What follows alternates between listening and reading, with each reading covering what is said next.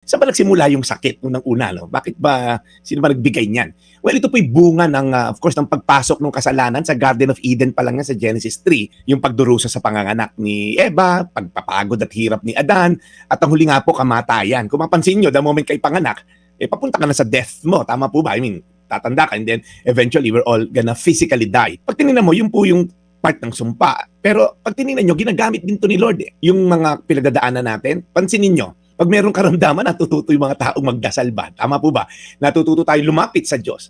Minsan po, masyado kang workaholic, and then kala mo you can do everything, tinamaan ka ng stroke, paralyzed ka ng ilang linggo, ma-realize mo, ay, tao lang pala ako. It teach you how to humble yourself na hindi ka Superman. Kailangan mo magpahinga, kailangan mo ipikit siya mata mo at matulog sa gabi. So it teaches us also, kababaan loob, tinuturuan din po tayong lumapit sa Kanya. Pero ito maganda po, sa huli, ang Diyos ay may pangako doon sa eternal life. Sabi niya ron, there's no more sickness, no more tears, wala na rin pagtatangis, walang paghihirap, wala nang bilihan doon ng maintenance medicine mo, walang wheelchair sa langit. So kumbaga, pinapakita lang po ng Diyos, hindi ito yung plano ko kasi sa'yo. But because you choose to live life, minsan sa buhay natin, dito nga po na buhay makasalanan at itong mundo na ito'y makasalanan, yan yung consequence nun. Pero hindi yan ang plano ko at dadaling ko kayo sa ultimate ng plano ko eventually. Doon sa langit, wala na lahat ng karamdaman na yan. Kaya gusto ko lang kayong encourage sa mga awit 41.3.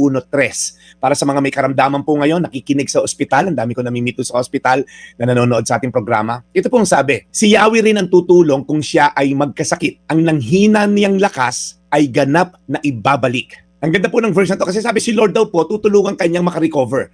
So kung ikaw ngayon ay nasa kalagitnaan ng matinding karamdaman, unang-una lumapit ka sa Diyos. Pangalawa, yung pananampalataya mo, ituon mo sa Kanya. Yes, nandiyan ang medisina, nandiyan ang mga gamot, but ultimately, sabi ni Jesus, because of my suffering, my stripes, it's my stripes, yung mga pagod at hirap, mga parusa sa Kanya, it made you well. Pinagaling daw po tayo ng Kanyang mga paghihirap. Ibig sabihin, si Lord po, kasama po sa package niya yung pagpapagaling mo. Manalig lang tayo. Ang tanong, Pastor, hindi nga gumagaling, Pastor, lumala pa nga eh. Patuloy po tayong manalig. Patuloy tayong lumaban because hanggang sa huli, kung mag-end man yan in death at ikinakaakibat kay Lord, sabi ni Lord, dito sa final destination mo sa langit, wala nang death, wala nang sickness, at wala na rin paghihirap. So again, gusto ko lang po encourage ang may mga karamdaman ngayon, ang Diyos po'y tapat sa kanyang mga pangako. Ang kailangan lang po, meron kang pananampalataya sa Kanya.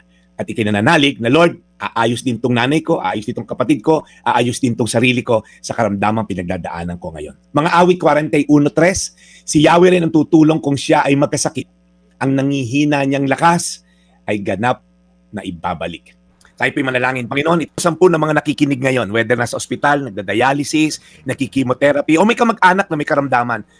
Bigkasin lang nila itong verse na to at i-embrace at tanggapin sa puso na ikaw lamang, Lord, ang ultimate healer namin. Salamat, Lord, sa pananampalataya na buo ngayon sa pakikinig sa salita mo. Sa pangalan ni Jesus. Amen. Today's Reflection with Pastor Jeff Eliscopides.